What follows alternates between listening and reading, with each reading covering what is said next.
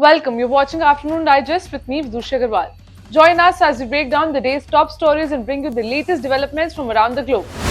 In a first, following a warning from US President Joe Biden, Israel announced that it would allow temporary humanitarian aid delivery through its border with the northern Gaza Strip. Now, President Joe Biden conveyed to Israeli Prime Minister Benjamin Netanyahu that US backing for Israel's actions in Gaza hinges on implementing new measures to safeguard civilians. The aid will be permitted through Ashdod port and the Erez checkpoint.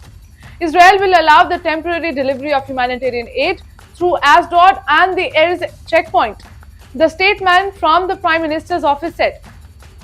The announcement comes amid mounting international pressure on Israel following its acknowledgement of responsibility for a strike that killed 7 workers of the US-based non-profit World Central Kitchen.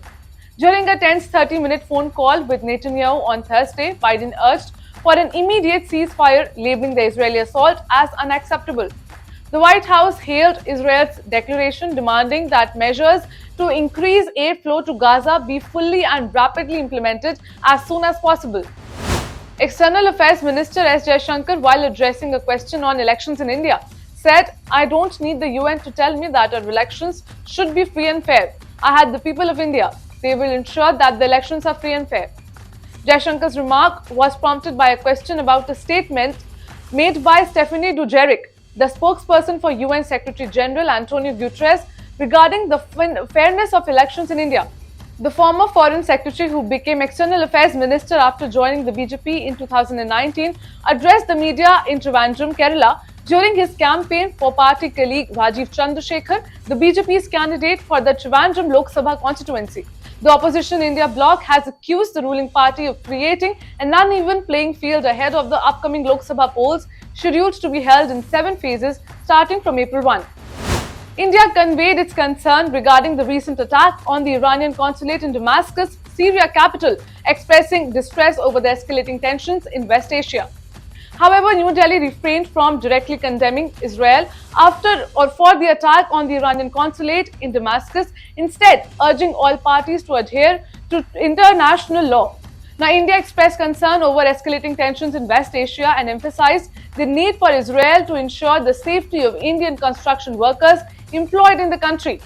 India is distressed at the escalating tensions in West Asia and their potential to fuel further violence and instability, stated the MEA spokesperson in response to a query from a journalist.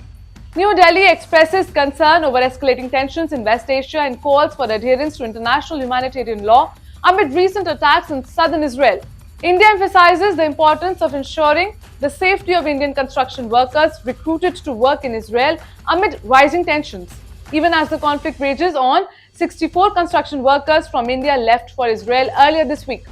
The Ministry of External Affairs has strongly rejected allegations made in a Guardian report that India's Foreign Intelligence Agency RAW ordered killings of terrorists in Pakistan. The ministry, while rejecting the claims, termed them baseless and false and malicious anti-India propaganda.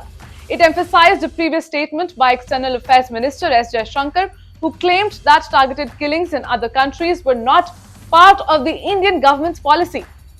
A recent report based on discussions with intelligence officials from both India and Pakistan and documents provided by Pakistan investigators alleges that 20 targeted assassinations have occurred in Pakistan since 2020, perpetrated by unidentified gunmen. Let us tell you that this report follows accusations from the US and Canada regarding India's alleged involvement in a failed murder plot targeting Guru Parvant Singh Pannu, an India-designated Sikh separatist in New York, and the death of Sikh separatist Hardeep Singh Nijjar, a survey last year. The Indian Army, in collaboration with the Jammu and Kashmir Police, successfully foiled an infiltration attempt by terrorists along the line of control, also called LOC, in Baramulla district. One terrorist was killed during the encounter, which took place in the early hours of the day. Alert troops of the army detected suspicious movement along the line of control at Sabura Nala Rustam at the Uri area of Baramulla district.